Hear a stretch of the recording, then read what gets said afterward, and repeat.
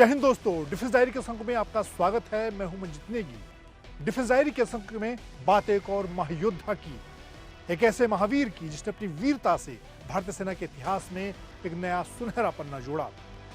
इस महायोद्धा की वीरता के लिए उसे महावीर चक्र से सम्मानित किया गया। लेकिन उससे पहले डिफेंस डायरी में तीनों सेनाओं से जुड़ी कुछ बड़ी खबरें नोट कर लेते हैं। ऐसी खबरें जो तीनों सेनाओं की मारक क्षमता को बढ़ाती हों। भारत की तीनों सेनाएं सरहद के अलग अलग मोर्चों पर देश की निगरानी में लगी रहती हैं, लेकिन किसी भी आपदा के समय भारत की तीनों सेनाएं हर मोर्चे पर तैनात रहती हैं। फिर बात चाहे अफगानिस्तान में फंसे लोगों को निकालने की हो, कोविड के दौरान देश भर में ऑक्सीजन पहुंचाने की बात रही हो, या फिर इस वक्त जब सूडान में गृह युद्ध के चलते 3000 से ज्यादा भारतीय वहां फंसे हुए हैं, उन्हें निकालने के लिए भी भारतीय सेना, नौसेना और वायुसेना ने कमर कस ली है। भारतीय नौसेना के युद्धपोत सुमेधा और तेग इस मिशन में लगे हुए हैं। सूडान से, क्योंकि भारतीय वायुसेना के जहाज या जो सिविल जहाज हैं वो सीधे सूडान से उड़ान नहीं भर सकते, इसलिए जो लोग वहां फंसे हैं उन्हें भारतीय नौसेना के युद्धपोतों के जरिए जेड्डा तक लाया जा रहा है, जहां पर भारतीय वायुसेना का C-17 ग्लोबमास्टर के जरिए उन्हें भारत लाया जा रहा है।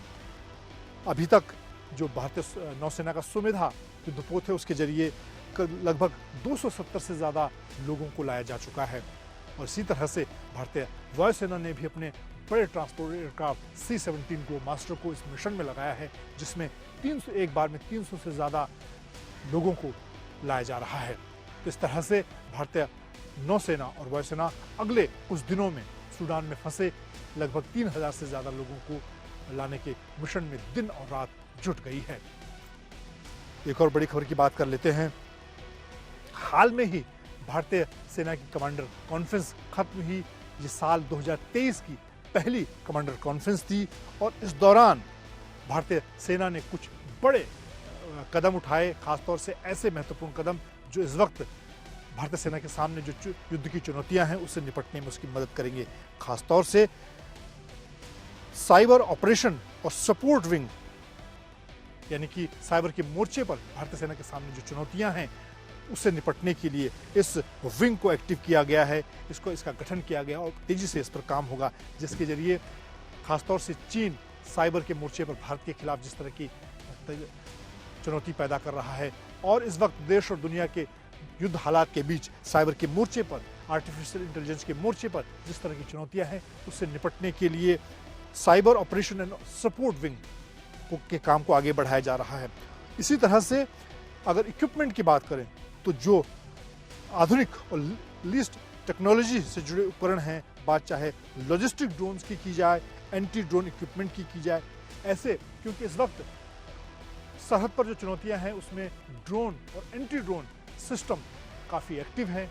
उससे उस मोर्चे पर भी भारतीय सेना न सिर्फ साइबर बल्कि ड्रोन के मोर्चे पर भी अपनी तैयारियों को चाक चौबंद कर रही है। हाल के दिनों में हमने देखा कि पाकिस्तान सरहद से भी, इंटरनेशनल बॉर्डर से भी पाकिस्तान लगातार भारतीय सरहद में हथियार और नशीले पदार्थ भेजने के लिए ड्रोन का इस्तेमाल कर रहा है। तो भारतीय सेना इस मोर्चे पर बढ़ती चुनौती से निपटने के लिए अब इस तरह के नए उपकरण और तकनीक खरीदने पर जोर दे रहा है।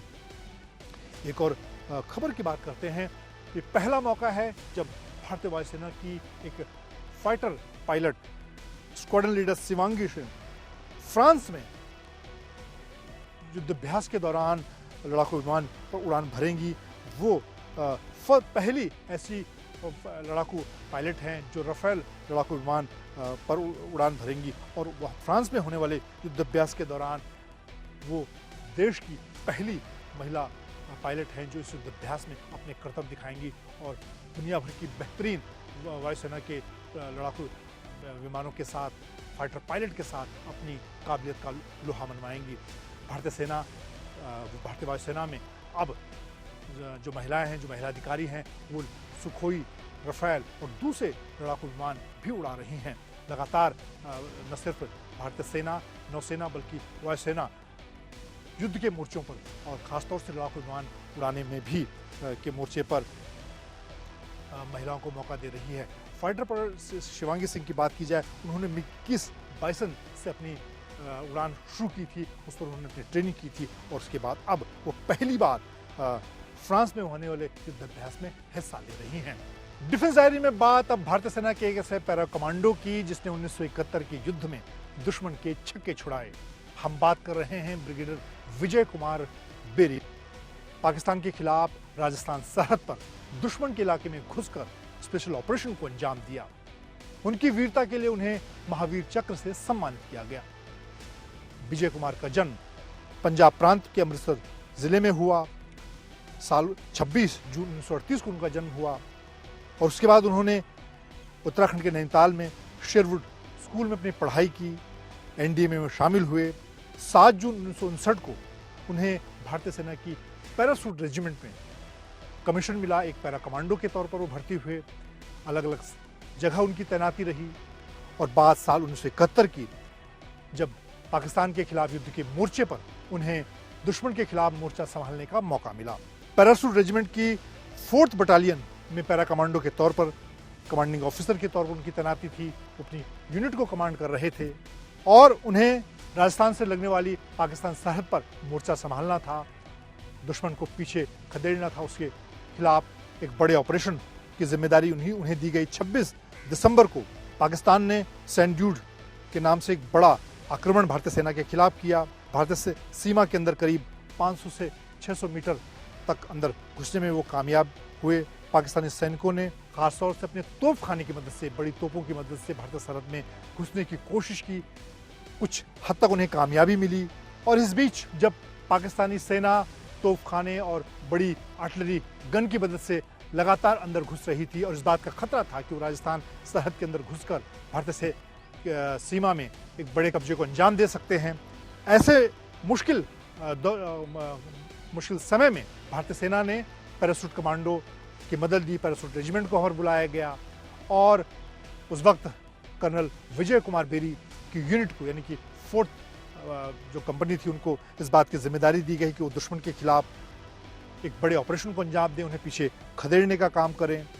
स्पेशल ऑपरेशन के मुताबिक रात के वक्त ये ऑपरेशन शुरू किया गया। करीब 3 बजे के आसपास विजय कुमार बेरी ने अपनी पैरा कमांडो की टीम के साथ दुश्मन पर धावा बोलने की तैयारी शुरू की और उसके बाद क्योंकि टैंकों से निपटने के लिए माइनफील्ड बिछाई गई थी, उसका एक बड़ा खतरा था। साथ ही उन्होंने पाकिस्तानी टैंक आगे न बढ़े इसको लेकर माइनफील्ड बिछाने का काम किया और उसके बाद उन्होंने जब वो अंधेरे का फायदा उठाकर बिल्कुल नज़दीक दुश्मन के पास पहुंचने में कामयाब रहे, छापामार युद्ध की जो तकनीक पैरा कमांडो अपनाते हैं, उस तकनीक के जरिए वो बिल्कुल दुश्मन के खेमे के नज़दीक पहुंचे और उसके बाद उन्होंने जब पाकिस्तानी सेना को लगा कि भारतीय सैनिक उनके बिल्कुल नज़दीक पहुंच गए हैं, पाकिस्तान ने भारी तोपखाने और मोर्टार से फायरिंग शुरू कर दी। लेकिन इस ऑपरेशन के दौरान कर्नल विजय कुमार बेरी ने अपने सैनिकों का हौसला बढ़ाया और नज़दीक पहुंचकर दुश्मन के खिलाफ एक ताबड़तोड़ आक्रामक हमला शुरू कर दिया। इस हमले से दुश्मन बौखला गया, उसके पांव खड़ गए और हालांकि विजय कुमार और उनकी टीम को भारी नुकसान उठाना पड़ा, लेकिन अचानक इस बड़े हमले से, इस घातक हमले से दुश्मन के पैर उखड़ गए और उसे पीछे हटने पर मजबूर होना पड़ा। इस तरह से एक नाजुक मौके पर एक पैरा कमांडो की जो ट्रेनिंग होती है दुश्मन के खिलाफ छापामार युद्ध करने की, उसका पूरा उपयोग करते हुए कर्नल विजय कुमार बेरी और उनकी टीम ने दुश्मन पर एक निर्णायक और एक बड़ा हमला बोला, जिससे खासतौर से राजस्थान के इस इलाके में गंगानगर के मोर्चे पर भारतीय सेना को कामयाबी मिली। पाकिस्तान को पीछे हटने पर मजबूर होना पड़ा और इस तरह से अपनी जान पर खेलकर अपने साथी पैरा कमांडो का नेतृत्व करते हुए विजय कुमार बेरी ने दुश्मन के खिलाफ एक बड़ी कामयाबी हासिल की। इस तरह से 1971 के दौरान युद्ध के इस मोर्चे पर कर्नल विजय कुमार बेरी ने अपनी वीरता, साहस और पैरा कमांडो की ट्रेनिंग का भरपूर उपयोग करते हुए दुश्मन के खिलाफ एक बड़ी कामयाबी हासिल की। उनके इस वीरता, इस नेतृत्व क्षमता के लिए उन्हें महावीर चक्र से सम्मानित किया गया। तो इस तरह से ब्रिगेडियर विजय कुमार बेरी ने एक पैरा कमांडो के तौर पर और एक कमांडिंग ऑफिसर के तौर पर और दोनों ही नेतृत्व का बखूबी निर्वाह किया। डिफेंस डायरी में हम लगातार आपको भारतीय सेना के ऐसे महायोद्धा, ऐसे महावीरों की अनसुनी कहानी सुनाते हैं जिन्होंने 1947 से लेकर अब तक के अलग अलग युद्ध के मोर्चों पर देश की सरहद की निगरानी के लिए अपने प्राण न्यौछावर किए, प्राणों की बाजी लगाई।